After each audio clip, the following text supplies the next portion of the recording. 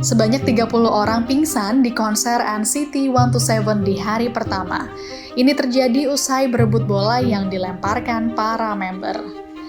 Berdasarkan pantauan kumparan, kericuhan ini terjadi saat para member menyanyikan lagu Paradise. Dari atas panggung, para member membagikan bola-bola yang sudah ditandatangani kepada para penggemar. Nah, bola-bola itu langsung jadi rebutan para penggemar, kemudian terjadi dorong-mendorong hingga akhirnya banyak penonton pingsan. Berada di tengah kerumunan dengan ruang udara yang terbatas membuat banyak penonton susah untuk bernapas.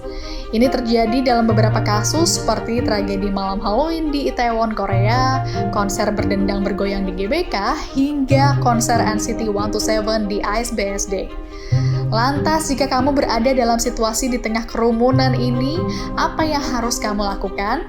Peneliti keamanan dan ketahanan kesehatan global dari Griffith University Australia, Diki Budiman menyatakan, panitia harus menganalisa risiko event berdasarkan kapasitas ideal agar tidak terjadi desak-desakan. Menganalisa risiko ya, kalau eventnya itu kapasitasnya, karena harusnya idealnya event seperti itu paling tidak ya 1 meter persegi per orang, per individu. Jadi kalau ada 1000 meter ya nggak boleh lebih dari 1000 orang gitu. Itu kan juga belum dikurangi ada bangunan-bangunan gitu kan. Nah ini yang harus dilihat dari kapasitas. Jadi kalau kelihatan kalau ini sifatnya festival penuh, saya kira lebih baik mengambil yang posisi yang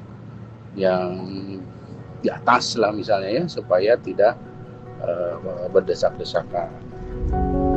Selain itu, untuk mengantisipasi terjadinya korban, penonton konser dapat melakukan tindakan pencegahan. Yang harus dipahami juga ketika dalam situasi seperti itu, tahu apa yang harus dilakukan. Sebetulnya yang harus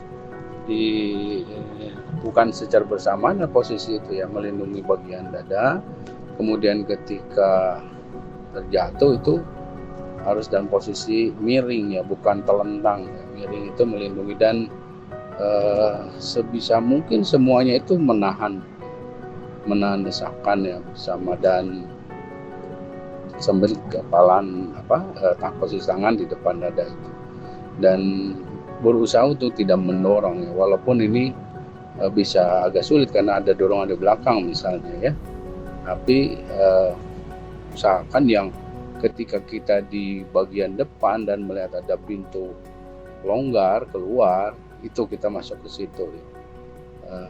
Dan hindari daerah yang tertutup ya. Jadi lebih ke arah yang terbuka ya. Karena ini untuk menghindari juga sesak itu bisa karena tekanan, juga karena pengap ya, dalam ruangan.